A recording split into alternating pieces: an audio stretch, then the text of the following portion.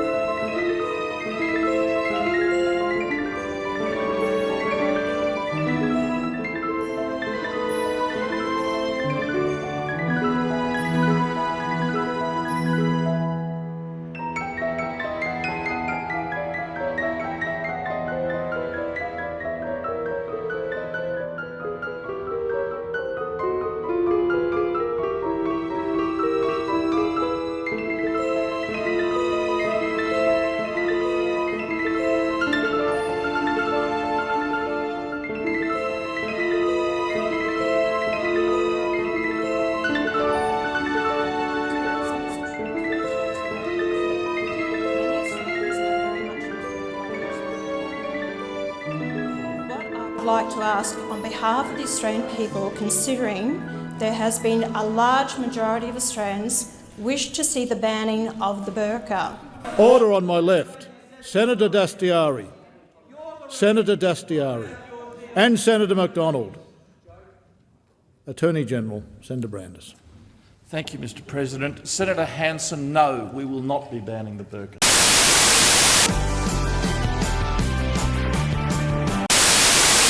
Now, you think that she is the most beautiful, most wonderful creature that ever lived, don't you?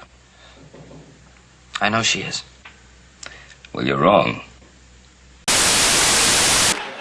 I don't think so, Tim. And the 1958 Grand Final is underway.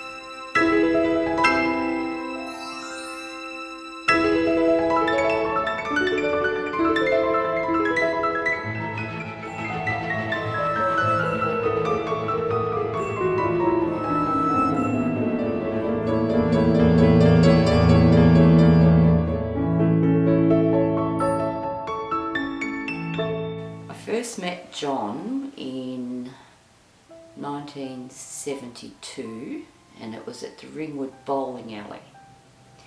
I was in the cafeteria getting a drink and this person came up to me and started mauling me. He was drunk and I told him to pee off. And then the following week we went back down again. He wasn't so drunk this time and we hit it off. So that's when the first time we ever met. When we first planned to get married, John went and booked a date. He went and saw Belinda Green, I think her name was, who was a marriage celebrant at the time, and booked the date on the 15th of January. It wasn't till later that he came home and said, look, it's all booked, we've got a meeting with Belinda to sign forms and everything, that he realised that he'd booked the wrong day. The 15th then was a Sunday, not the Saturday. Then on the Saturday of the 14th, it was stinking hot day. Probably perfect for an outdoors at-home wedding. The Sunday, of course, the wedding day, was thunder, rain, like you would not believe. Everything had to be moved into the little house at Lusher Road. Tiny lounge room, everyone crammed in. The Monday following the wedding was another glorious warm day. When I got the news that I was pregnant with Sam, my firstborn, it was quite exciting. John was thrilled to bits to the thought of having another baby. When I eventually went into labour, because of financially we just couldn't afford to have Dad take time off. So he wasn't there when Sam was born. After her birth, she was rushed away because she was ill and wasn't breathing properly. And I honestly didn't know whether she was alive or not, or what had happened. Anyway, John eventually came in and they brought Samantha in, and I sort of looked and thought, oh my God, she's living, because I hadn't expected. I was expecting the worst. And he held her in his arms, and she looked at John, and then she'd look over at me, back at John again, back at me, as if to say, well, is this it? When my second born was arrived, John was there that time. He and the doctor were busy telling jokes in the middle of heavy contractions for me. Karen started to arrive. They realised the cord was around her neck, so I had to push her back, which was quite an experience, untangle her, and then she arrived quickly and safely. Then the arrival of Joel, well, big baby, 9-pounder, and had trouble giving birth to his head, was quite an experience in itself. John got in behind me and was pushing my shoulders, like trying to squeeze a pimple, and was trying to force Joel out via my shoulders. Eventually he arrived with the help of a nurse and her manoeuvring his head and me, and he arrived safely. And then with Jack, it all happened so fast that nobody had time to even think about it. But we did discover poor Jack had swallowed some poo whilst he was in utero, and he had to be all tubed out. So when I told Dad that I was pregnant with Shannon, we were all sitting around the kitchen table at Ely Road. I hadn't been able to gather up a wee at the doctor's, so they sent me home with a pregnancy test. I'd already taken like the pregnancy test from the supermarket, so I already knew I was pregnant. I had told Mum. Then we were sort of sitting around the table, and David and I were looking at each other like, should we tell him, should we tell him? And then Dad turned around and said, have you got something to tell me? Grandparents? We should be grandparents. Grandparents are old. We're not old enough yet. We were absolutely delighted. And so I finally managed to gather up a wee and did the pregnancy test while sitting at the table at Ely Road, and discovered I was pregnant with Shannon. And then when our beautiful red-headed Shannon came into the world, we were just over the moon with excitement and thrilled to bits. So I remember when I first had Shannon and Dad came into the hospital. Of course, I had Shannon in a waiting room. So Mum was coming in, she had no voice, she was fuming because I had given birth in a waiting room, and Dad was sort of the voice for her and came in, but the minute he saw Shannon, all of that anger and everything all just went out the window, and he just held him, and he was all choked up and holding him tight to him, and he was just like, yeah, this is my grandson. We went into the hospital to meet our last born granddaughter, little Miller, and John just fell in love with her, the most gorgeous little thing, and a replica of her dad. Miller was born probably, she's been into the world for probably 15 minutes, and Mum and Dad were already at the hospital within a flash. I remember Mum and Dad had come into the room and were in sort of awe over Miller, which they would be. And yeah, so Dad just thought, you know, that she was a spitting image of me and also him, because he looks like me. So that was the first time they met. When I die, Puppy makes funny faces. Dad has always been a sun Nazi. He's always been somebody who's make sure you got your sun cream on, make sure you got your hat on, make sure you got t-shirts on. don't stay out in the sun, stay in the shade. So when we were little, he would get his hanky, which is really kind of gross now that I think about it, but he would get his hanky and he would twist the corners and then shove it on our heads so that that would be our hat to keep the sun off our heads. So at the back of the house in Ely Road, there was the quarry, big quarry, and in the summertime it wasn't as dry as it is now, so it would rain and there were potholes almost along the fence line that used to fill up with big puddle. And we had a goldfish called Toby, and Dad used to show me that if we took out a little fishing net, tiny little fishing net, and he would scoop up all the larvae out of the puddles from the mosquitoes, and we'd feed them to Toby, and Dad thought he was making a difference so he wouldn't get mosquitoes as often. I wasn't really a big football fan, but I always really enjoyed going to the footy with Dad. I remember he would always buy me a hot dog, even though they cost like $38. And then after the game, he would take me out onto the actual field and we would kick the ball to each other for a while.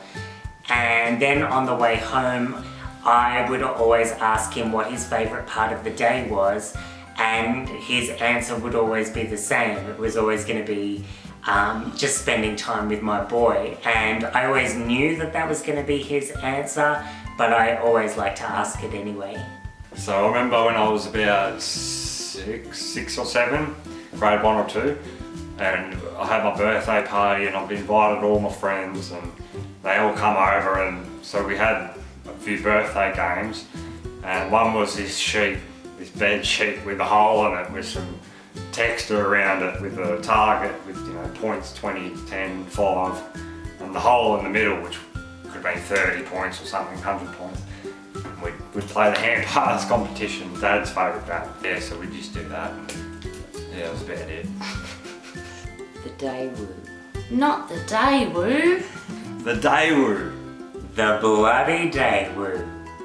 Oh, my wedding. Of course, we had gone to the dance studio the morning before I was to walk down the aisle, and we were going and we were just setting up some of the decorations that had fallen. So Dad had put a ladder up against the wall and he was sticking up a streamer that had fallen down, but the ladder slipped out from underneath him and he fell and his foot went through the rung of the ladder and the ladder came down and crushed him on his toes.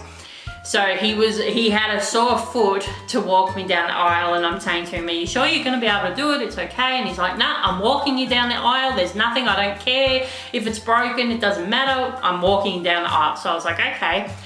So we got there and everything, and of course, Mum takes photos of me standing beside the Daewoo, and we go to start walking down the aisle, but there's like steps down one way and then there's like a ramp down the other way, and it had rained that morning, and because I already couldn't walk in high heels. So I said to him, well, maybe we'll go down the ramp, that'll be easier. So we start walking down this ramp, only to realise that it didn't go anywhere near where the wedding was. So we then had to run back up the hill because everybody was waiting for us, and we had to go down the stairs. And because I'm freaking out trying to go down these damn stairs because I'm thinking I'm gonna fall. So I've got hold of Dad, clutching onto him as tight as I can.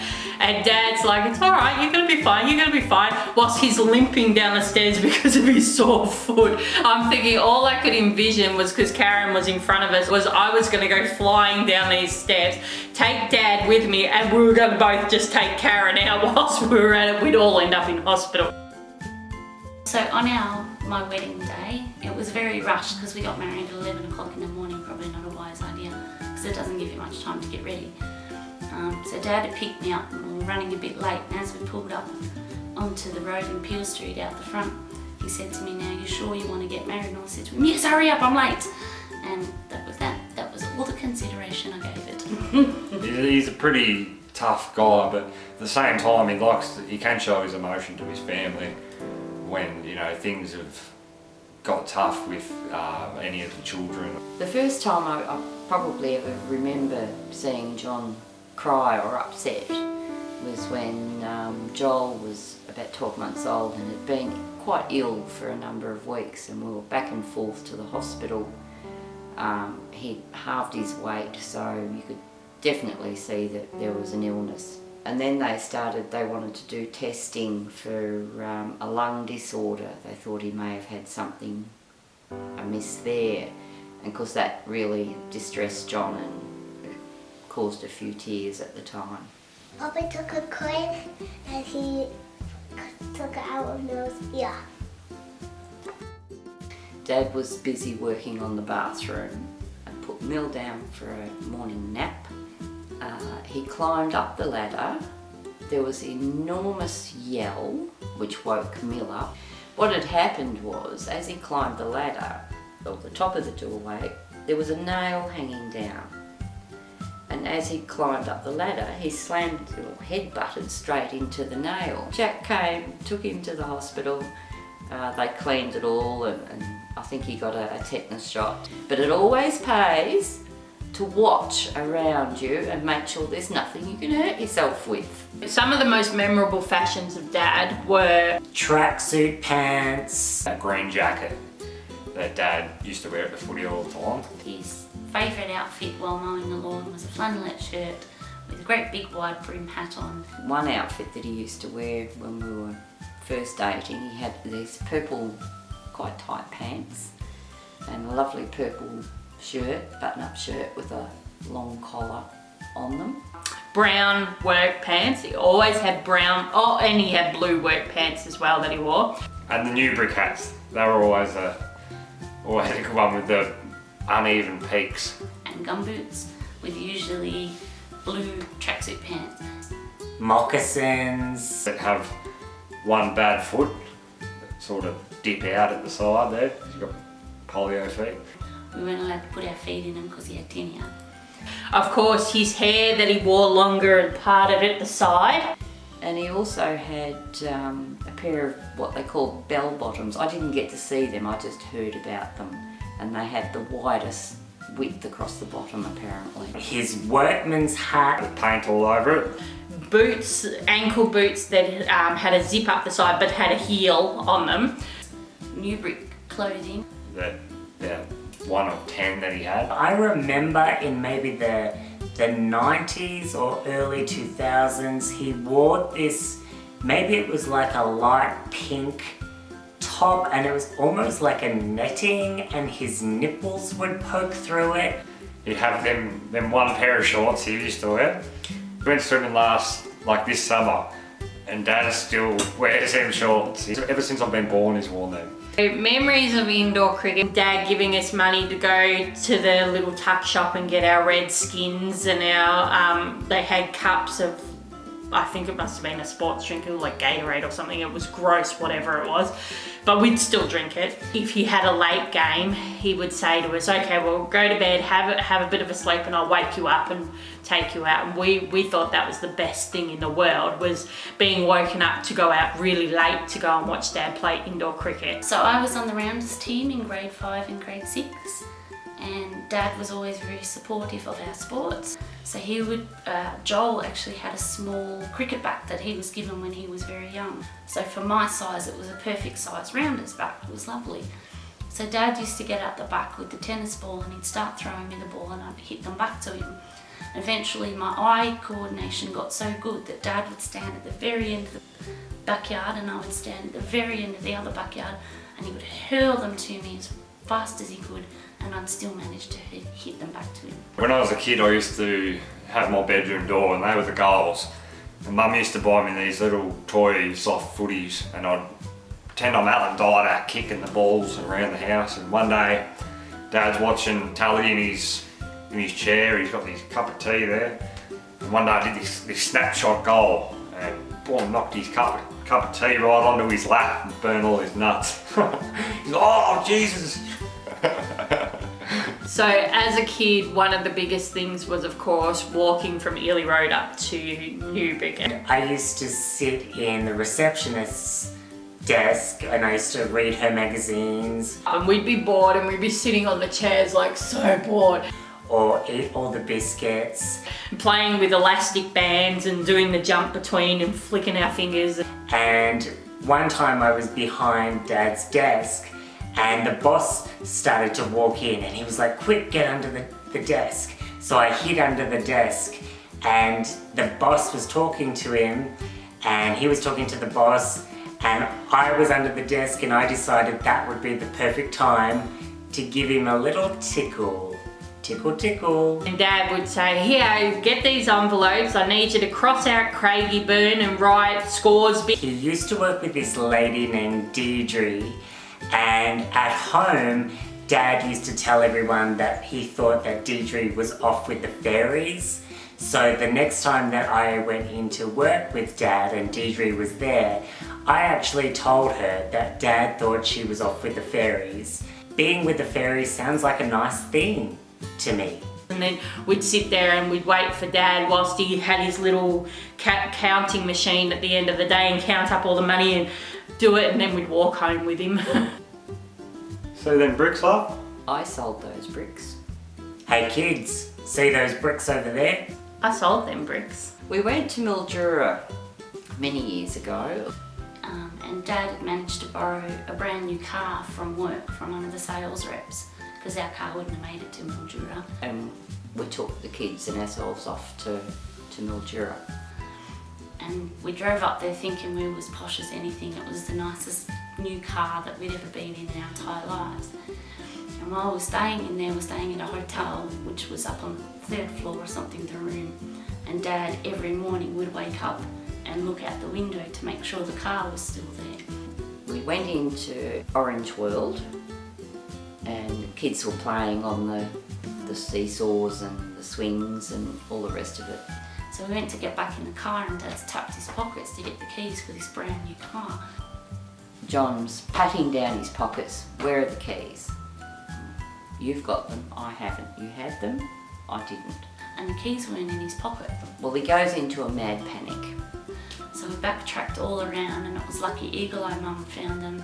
Sure enough, they were in the playground. They'd fallen out his pocket. We found them. We went to Kilcunda. I think it might have been a fishing trip. And it was really, really steep. There was stairs going down. So we're walking down these stairs and it must have been cold and wet or something. It was very, very steep, lots and lots and lots of steps. The whole way down, Dad kept saying, be careful of the steps, kids, be careful of the steps, kids, because there's sand on them, be careful you don't fall. No sooner had those words left his mouth than his feet went out from under him and he went skimming down on his bum onto the steps. While we all stood hysterically laughing at him, be careful, Dad, be careful of the steps, Dad. I used to come home from school on a Friday night. I would set all the fishing rods up and Dad had a book which was a fishing omnibus, and I would go through that and I would work out different lines to thread for particular fish, because I could guarantee on the weekend he would take us down to Mornington Peninsula and we would go onto the Mornington Pier and we would fish off that. Mum and Dad used to buy this small white bait as our bait, and we never caught anything ever. One day we were down there fishing and I had my fishing rod in the ocean with the white bait on the hook. Guarantee he could always get to know at least one of the other fishermen that were there. The old Italian guys or the old Greek guys would then have all this plethora of knowledge and all of this advice for me. Oh, you've got to put this bait on and you've got to put that bait on and everything like that. And the lady next to me put some other exotic fish on the end of her hook. She hurls her thing in, I reckon 30 seconds later, she's reeling up a fish. I caught one fish once and there was this tiny little, like almost goldfish size on the end of my hook. And I remember thinking I hated fishing from that point onward, because it didn't matter where you stood in the line, I was never going to catch that fish. I broke my leg a number of years back and was stuck in a wheelchair because I couldn't weight bear on that leg. So it made for a very difficult time, and especially when we had Jack, who was only 3 or 4 at the time. And Dad thankfully took a week off work and helped see to Jack and see to the house and helped me in and out of the bathroom and into the shower and all that sort of thing. So I really did appreciate it and was grateful for that. Oh, don't bloody swear. I got somebody at the door.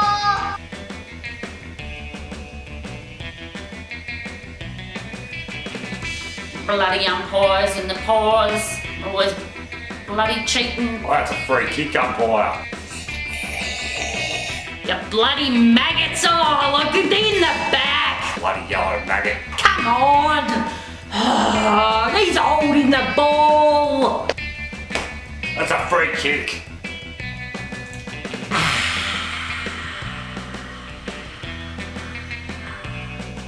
Oh, am I being too loud, love? Is that alright? You want me to turn it down a little bit?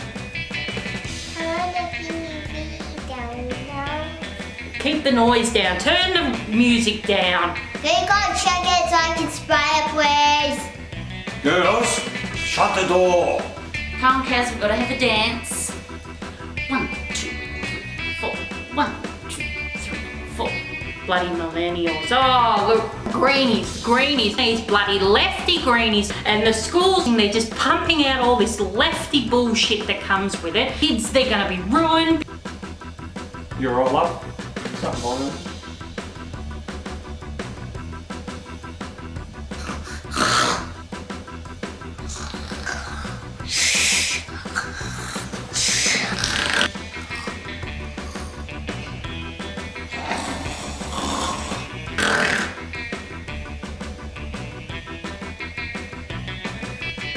One early morning, I think John was getting ready for work. He was walking up the hallway which led into the kitchen. He let off with the hugest sneeze you could possibly imagine. And it was so violent and thunderous. But he fell straight to the floor. Now, myself and the children are all standing there and we're all looking at him. I started screaming because I thought he was going to die. He couldn't get up. And it took Mum, Sam and I to shuffle him out to the car. Got him to the chiropractor, and the chiropractor was good enough to come out and help get him out of the car. And all the chiropractor did was tell him to put a tennis ball in the back of his pants and lay on the tennis ball to help the pain. Well, he was off work for about 3 weeks from memory. So people, do not give great big sneezes because it's damaging. I forgot about that. When me and Dad would go bike riding through Melbourne, along them little bike tracks, and we'd get to a bit of a hill after I'd been racing somebody, and Dad would say, I know I can, I know I can, I know I can. And then when we get down to the top, we'd get to the top of the hill, we'd start going down. And Dad would say, I thought I could, I thought I could, I thought I could. Dad said, okay, well, you know, I'll take you into the city.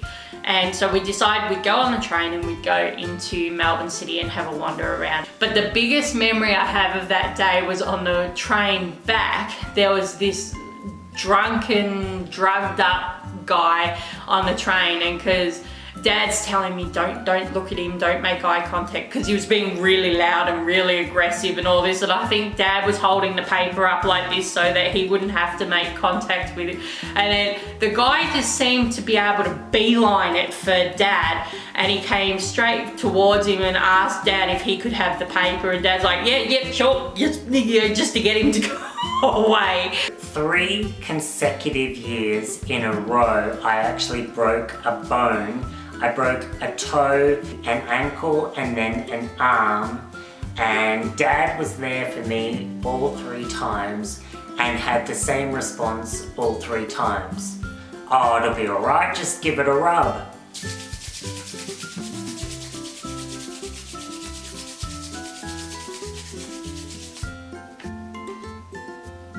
Never in the history of broken bones, injuries, or ailments has giving it a rub so aggressively ever cured anything.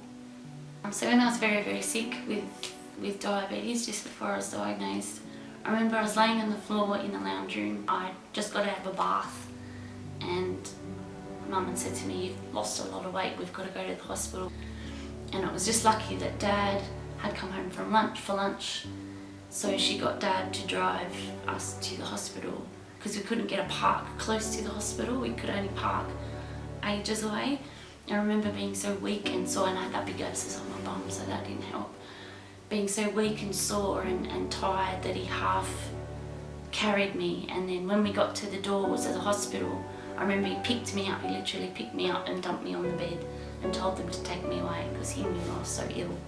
About 10 years ago, when I was at the lowest part of my life, and Dad was always there for me every step of the way, and to me, having him by my side as I went through everything that I put myself through, it meant a lot to me to have him there. And you know, you just, the grab on the shoulder was almost like enough. And the feel of, you know, when he grabbed you on the shoulder and give you a hug, that was almost enough to say, you know, without words, that was almost enough, sort of thing. My marriage broke up and I came back to Ballarat was the most significant time that I saw Dad cry because of what I had been through and coming out of the hospital and everything like that. And I remember walking in and I was just so broken and so destroyed that he just wrapped his arms around me and just sobbed and told me it's going to be all right, it's going to be all right. I knew that no matter what happened and no matter where I was in life, I had Dad there beside me. If you knew Dad in the 90s, you knew his barbecue. So we come up with the plan that he cut the 40-gallon drum in half, attached it to the trampoline legs. And I think he even put wheels on it. I don't know where he got the wheels from, but I think they were wheels either off a motor mower or a pram or something. With a hot plate, coals underneath. Put a hole in the bottom with a little billy cup underneath that used to hang. And so that became our barbecue. And he called it the Karen Jean because I was mortified by the fact that we had a homemade barbecue. I will admit though, it did cook up a pretty good sausage. To this day, I can't eat a sausage unless it's black and charcoaly. So the rise of the European wasps would have been the late 80s, early 90s. They were never really known in Australia. John had an absolute passionate hate for wasps. One of the events of summer that Dad and I, it was bonding time. So he and Sam would get out the buck with bits of dog food. With the hose in one hand, and I'm thinking it was either a bat or a shovel, I can't remember which. And then he would stand with the hose kinked, and then as soon as the wasp landed, he'd give it a couple of seconds for it to land and really get on, and then he'd squirt it, and then we'd have to jump in and step on it. Every day he did it. And he and Sam spent the whole summer out the back killing wasps. But yeah, that was the bonding time of killing wasps with my dad. Oh my god, John, you don't know what spitizzies. Dilemma. D-I-L-E-M-M-A.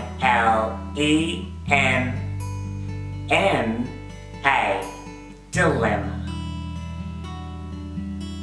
Dad always loved a barbecue, and it was a Saturday and Sunday special thing because sometimes he would say we'll go and drive out to Mount Dandenong or some of those lovely natural parks, and we'd use the barbecue.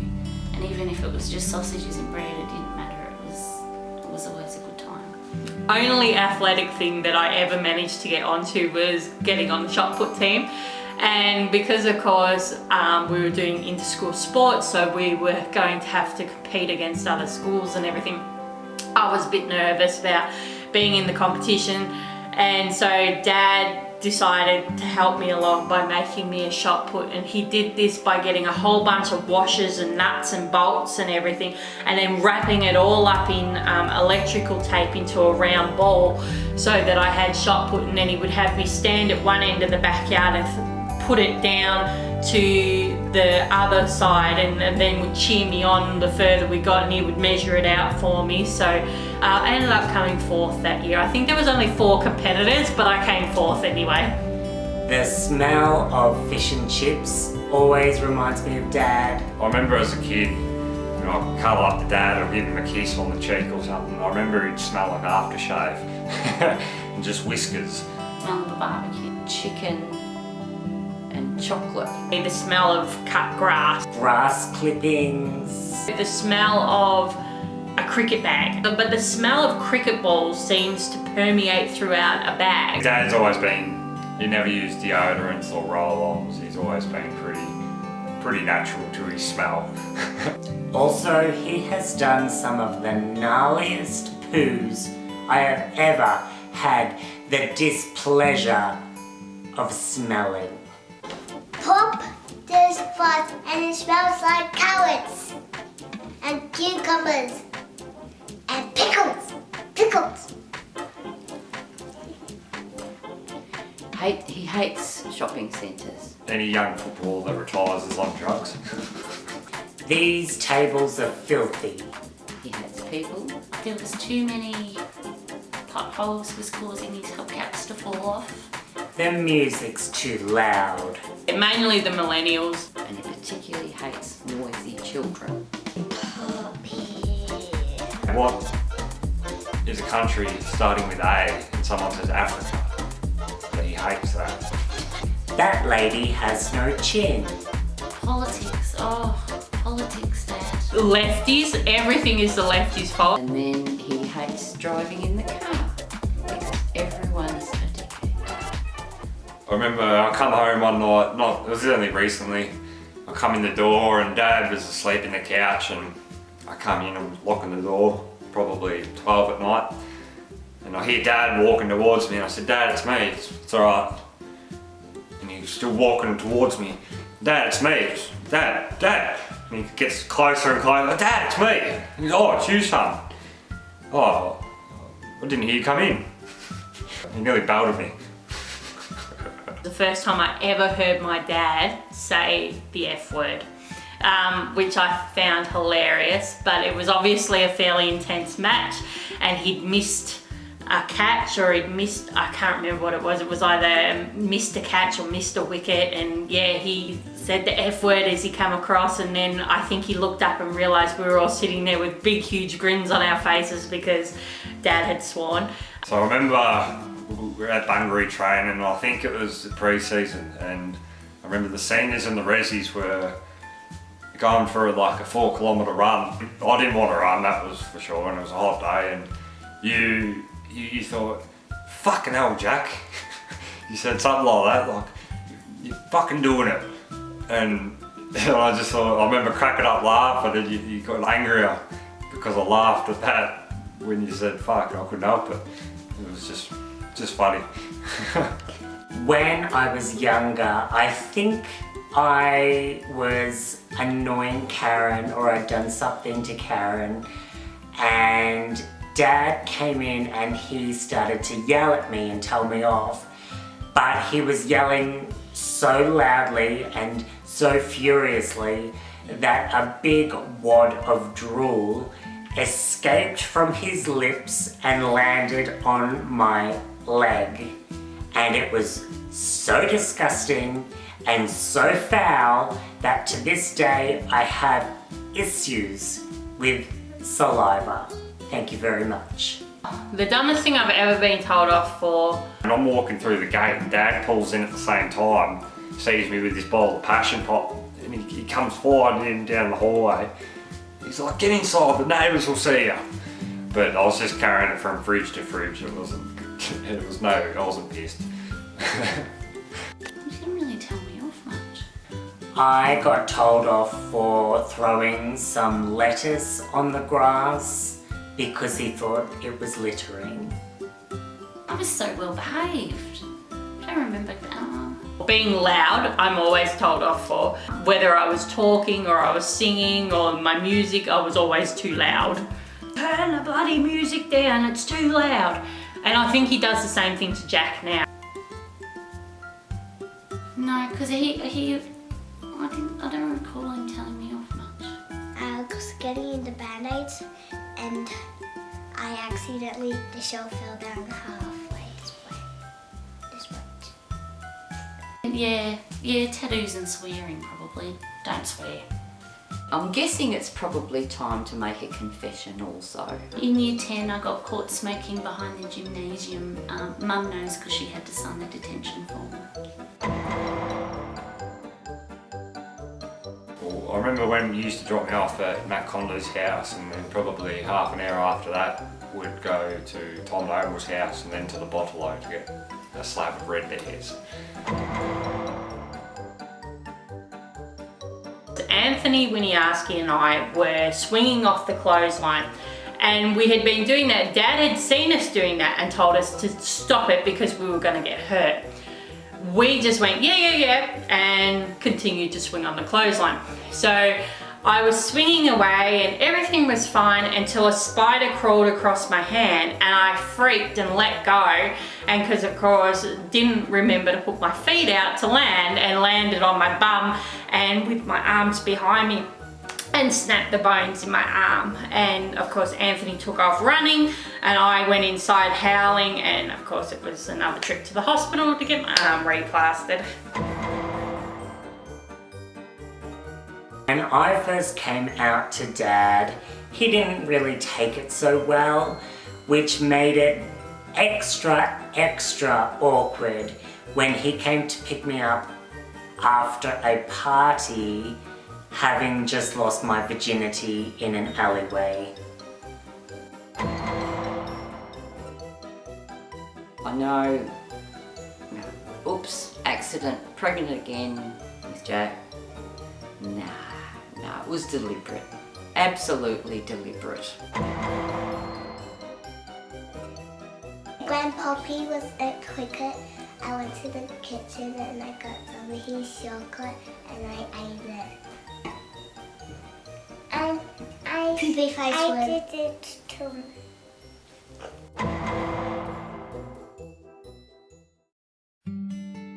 The first time I acknowledged it as Dad's heart is hurting is when Pop Davies passed away. After Pop had died, I wrote this song called Dear Pop, or Dear Jack it was called. And I showed Dad the song, and Dad obviously liked it because he was sitting next to me, and I looked over and he had a couple of tears falling down his cheek. So yeah, that was pretty special. He would tell us about how he made a billy cart, and he would race it down. Now I think it was Pryor Street. He would race it down the hill with his friends, and that's what they did to entertain themselves. Ended up with a broken hand after punching his brother Neil on the head. Can't exactly remember what Neil had done that caused that, but Neil being Neil, who obviously was a right little pain in the bum, probably deserved it anyway. Throppity bungers! Him and Pop went rabbiting and they gutted the rabbit and pulled his guts out, and he fling the rabbit guts, and it's wrapped around Pop's neck, and Pop's like, could have bloody killed me. Could have bloody killed me, Johnny. Dad tried out for a Croydon football club or something when he was about 15 or 16, and he was a very talented footballer. And he said the reason why he never went further, and should have but never did, was because when he applied to play for the team, the coach said he would only make the team if Dad could carry the coach from one end of the football field and back again. Dad told him to get stuffed and left. Throppity bungers! Dad got invited down to the local church for a free barbecue, they said it, and Dad was having a wonderful time. And he said then they sat down in the church space to do the sermon, and after the sermon was concluded, the minister or whatever stood up and said that you have to give 10% of your earnings back to the church, and again Dad told him to get stuffed and left. And I was playing with toys, and they found a toy that this wasn't mine, and this was Poppy's from He Wrote It. I remember a lot of the time I'd kick a lot of goals or I'd score a lot of runs, and Dad would be at a meeting or something like that. And I always remember, I don't know if it was because of the pressure, but it was, I would always score or kick more goals when you weren't there. The boy stood on the burning deck, Picking his nose like mad, rolling them into little balls, and flicking them at his dad. we were all standing. Joel was there, Sam was there, Mum and Dad was there, and I think Fred. And we were all standing there, and there was a little girl, and she had a boy of about 4, and she was holding him up like this, and she was about 10. They were trying to swim against a current, which they were having absolutely no luck. And Dad had seen her struggling and holding this kid up, and he went, "Is she right? Is she right?" And as she went down again, Dad just took off running, and he had watch on, glasses on, wallet in the pocket, didn't consider any of that, took off running and swam with this girl and boy under each arm and got them back up to the sand. From memory, I think their father had been watching on and hadn't done a damn thing about it. So we as a big family all went hustling up with these kids back to the parents, and they just looked and went, "Thanks for that," and walked off. The proudest that I've ever been of Dad was when he and Mum came to watch me march in a gay pride parade. It meant a lot to have them both there. And then afterwards at the carnival day, my mum looked down and realised that she'd lost her "I love my gay son" badge.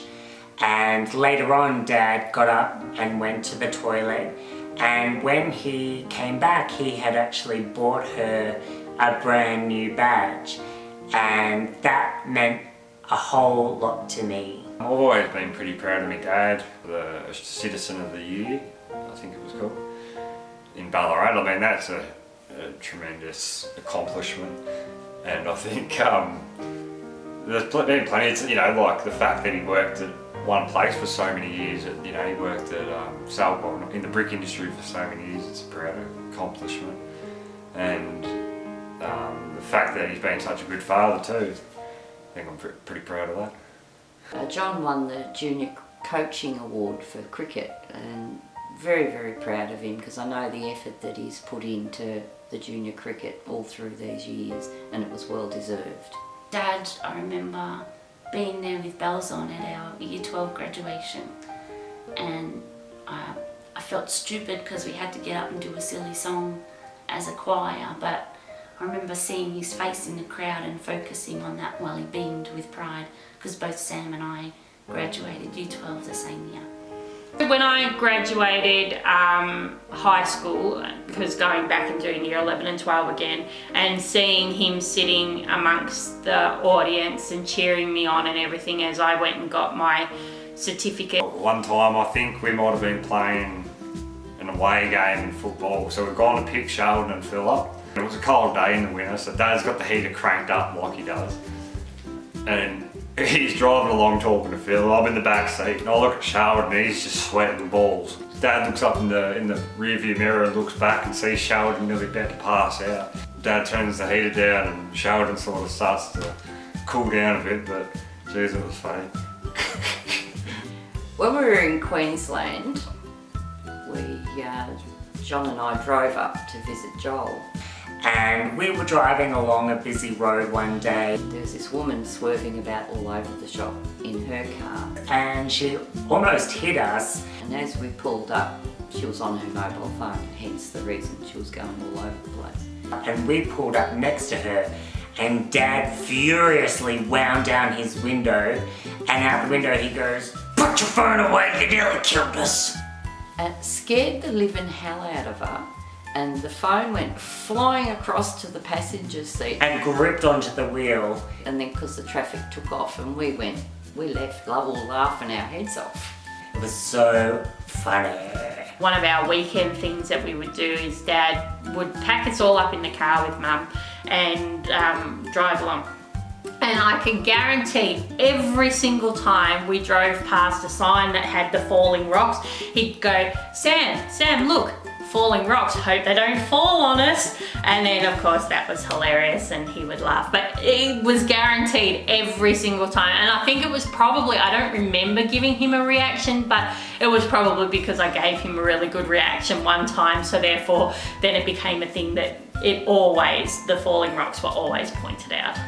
So back in the day we had a Datsun 180B and it had a window in the roof. The only trouble back with a window in the roof back in the late 80s, early 90s was that there was no protection from the sun, so it was open all the time. And Dad was finding he was getting sunburnt when he was driving the car, especially in the summer.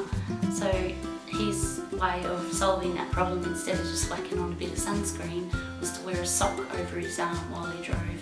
He cut a hole in the top so his hand went through so he could still hold the steering wheel, but his arm would get burnt through the window in the roof. I remember Dad one time on my birthday when we had friends over, like my friends over. Dad was on the barbecue, and I remember he just picks this ball up behind the back, I think it was, knocks out middle stump, runs out whoever was batting. And you know, everyone was pretty amazed by that wicket. We had our cricket pitch, which was, the clothesline was up one end, and then the like little veranda porch bit was up the other end. We'd make this cricket pitch and it'd be a little bit lower than the rest of the grass, and then we'd play a game of cricket. And you could guarantee he would bowl it slow and overarm, and then he would give us instructions on pointing our feet, follow through with the bat, eye on the ball. You could always guarantee there would be at least one ball that would go flying over onto the garage roof, and then he would have to climb up onto the garage roof to get the ball down. To this day, I think I'm still a pretty good cricketer. I could have made the Australian team, but I don't want to. We also used to like to do running races. Why I ever liked doing running races, I don't know, but so he would mow up and down so that he would create lanes so that we could have our running races up and down, and then that would morph into the game with the cricket. I always remember Dad mowing the lawns, and he would take up all the clippings and put it in the wheelbarrow, and he would take it up the back and then dump it out in the empty space behind our backyard. And he would give us wheelbarrow rides where we would sit on top of the clippings and he would wheel us in. My favourite thing is to do with Pop. I like to read books with him, and I like to play games, the Guess Who game. My favourite thing to do with Pop,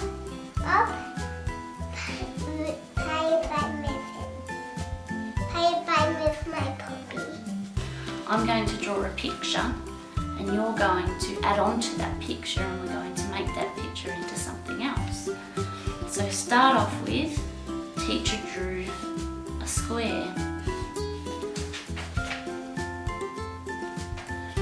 And she said, Susie, you come up now, and you now need to turn that square into something else. Susie sat and thought about it, and she said, yes, I've got it. And she turned that square into a bottle.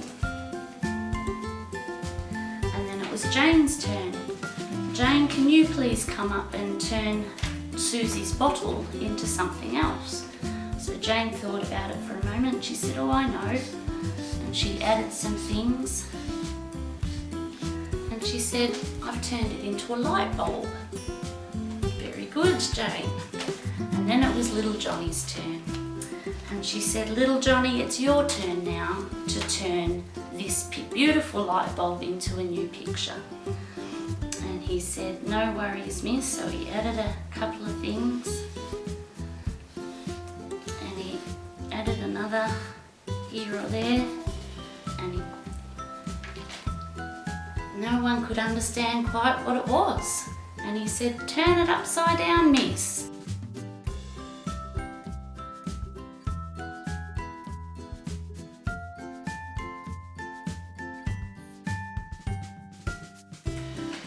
And he said, it's my mum pulling up her pants first thing in the morning. One Christmas, we had our older neighbour come and stay with us for the day, and she got a little bit intoxicated. Dad was sitting watching TV, and she comes in and stands right in front of him, and she says, are you ticklish, John? And then she proceeds to go,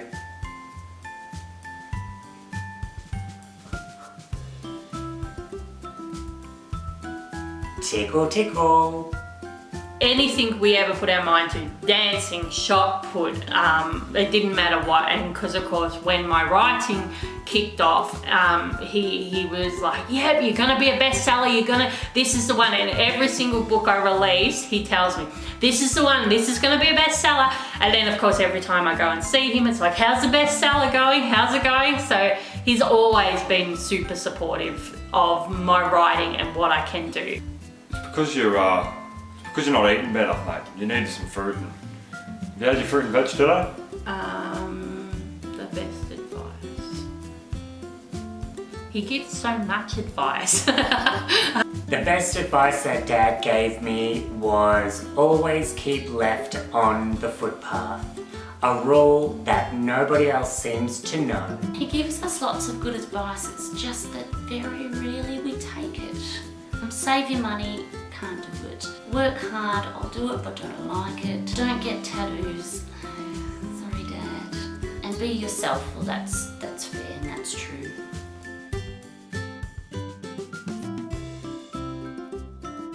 Dad would always take us ballroom dancing at our Uncle Fred's ballroom dancing studio. He took his love of customer service everywhere he went, because even ballroom dancing, he was like, he sold the dance studio, he sold the place, he sold the dancers, and you could always be guaranteed, even if you were in the middle of doing a cha-cha or something, you'd hear Dad go, oh, hello! And I always remember that he would greet them in exactly the same way. Hiya Jane, hiya Joe, hiya Paul, hiya Maureen, hiya Cindy. He went to every class, he was at every lesson. He would take his Saturdays, he only had Saturday and Sunday off every weekend, and he would use his Saturday to take me to private lessons. We would pick up Sean, my dance partner at the time, before we then went to Dandenong. I remember him eating those god-awful hot dogs with sauce on them in the sandwich bread, eating them on the way to the dancing studio because there wasn't enough time for him to sit down and eat his dinner. Poor man, that shows you dedication. The way he danced, it was always, you never let the mountain touch the plains. With the hips back and very stiff. He and I used to try to do the Pride of Erin. I mean, he was quite good at it. I, on the other hand, was not. And because there's a section where you have to waltz around so many times, all I did was run because I just couldn't waltz around and I couldn't keep up. If you know Dad, you know the face.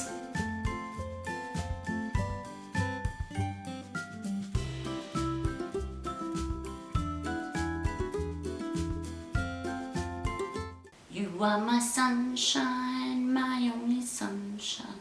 Stand by your man. You make me happy when the skies are grey.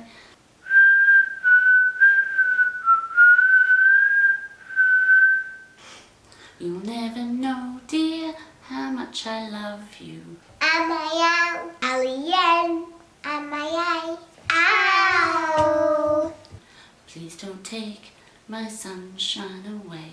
You say yes, I say no. You say why, I say I don't know. 1, 2, 3 o'clock, 4 o'clock, rock. 5, 6, 7 o'clock, 8 o'clock, rock. We're gonna rock around the house tonight. Good day. And how you going? What do you know? Strike alike. Good day. And how you going? Good day, and you'll be right.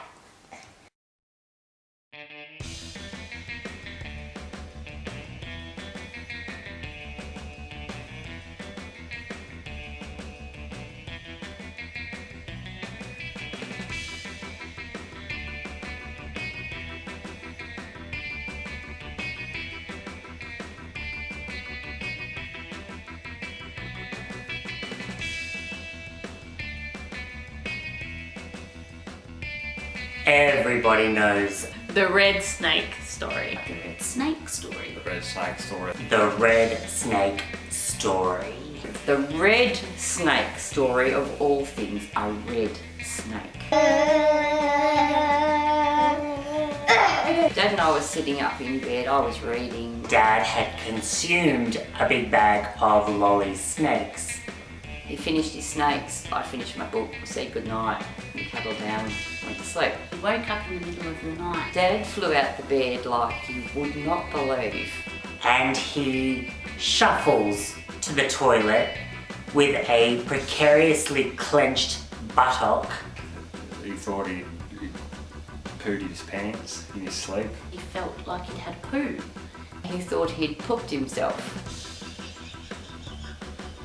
And he was all concerned he was actually going to ring me the next morning to tell me that he'd been incontinent. And upon his arrival at the toilet, Realised that he'd been eating red snakes or snakes that night. a red lolly snake has somehow slithered its way Between the cheeks of his bum.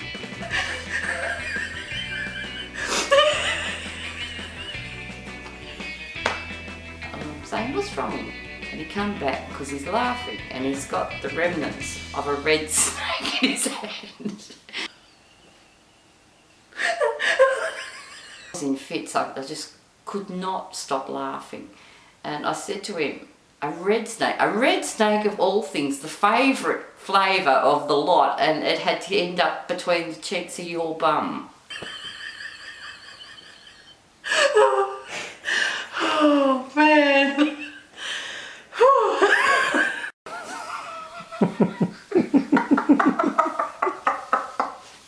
Happy birthday to you. Happy birthday. day to you. Happy birthday, dear Poppy. Dad. Dad. Dadsy. Dad. Darling John. John. Turn it down a bit, it's too loud.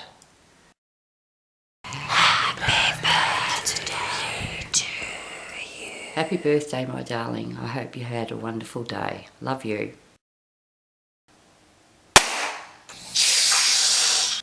Sorry. But there's more.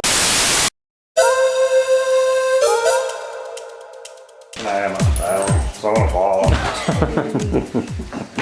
The boy stood on the burning deck, picking his nose like me. His lows. But no, having a problem there. Yeah. The boy stood on the burning deck, picking his nose. Oh, again.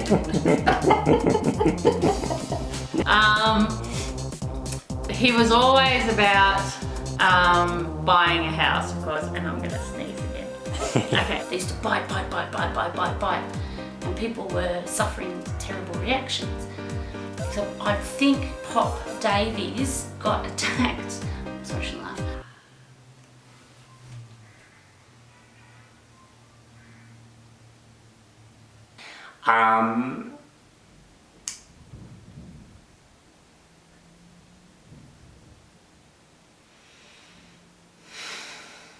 Well, there was a time in grade 6 when it was the last ball of the over, of the game I should say. I danced the pitch and I hit this beautiful mid-on drive.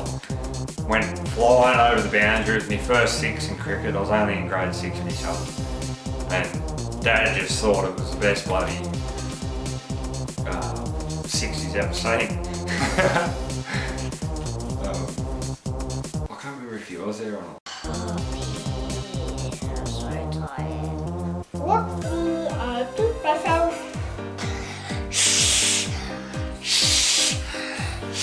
So both look into the camera and just do one big shh.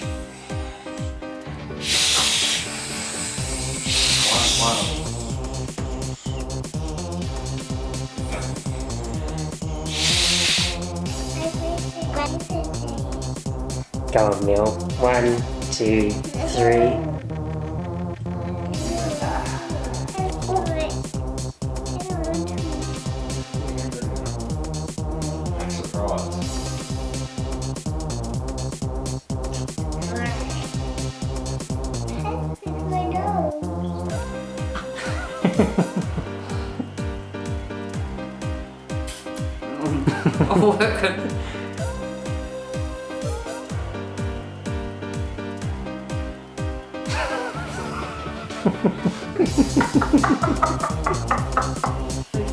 Because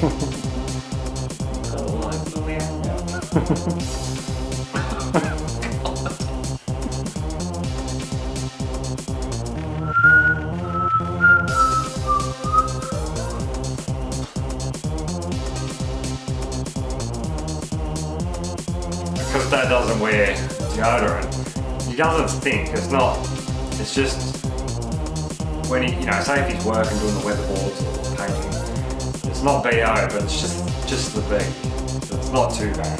But he does need to start using some aftershave deodorant. I bet Nana makes you some tea and you don't like the tea, so you're like, yeah. Send that to the camera. Like different biscotti sauce or something. Or different yucky pasta. Yeah. With some cheese and yucky cheese. Whoopsies!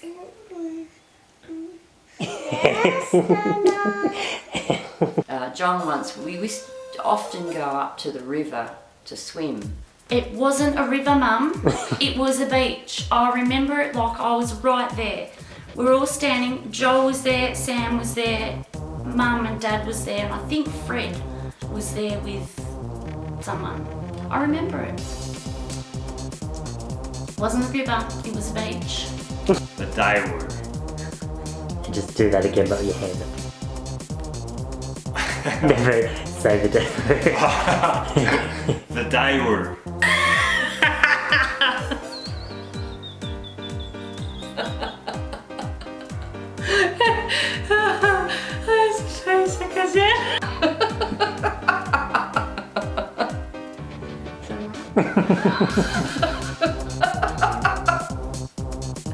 Is that a laugh? Did you get 30 seconds worth? So you haven't had a tooth fall out lately? Yeah, I had a tooth fall out. Yeah. Yeah, grew back in. No, it didn't. No, it didn't. It's not even in. This is not my tooth.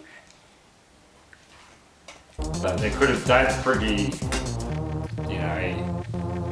he's a pretty tough guy, but at the same time he can show his emotion to his family when, things have got tough with any of the children or, something might happen, like another death or something, so they start cutting it. Or something. Maybe just that last bit without that bit. Yeah. Just said. Oh shit.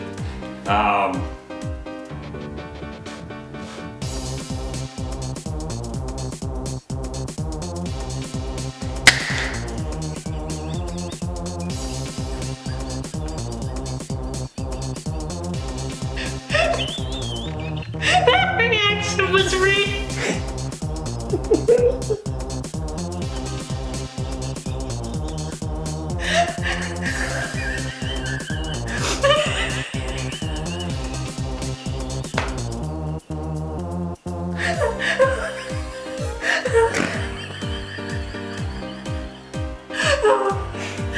Oh man.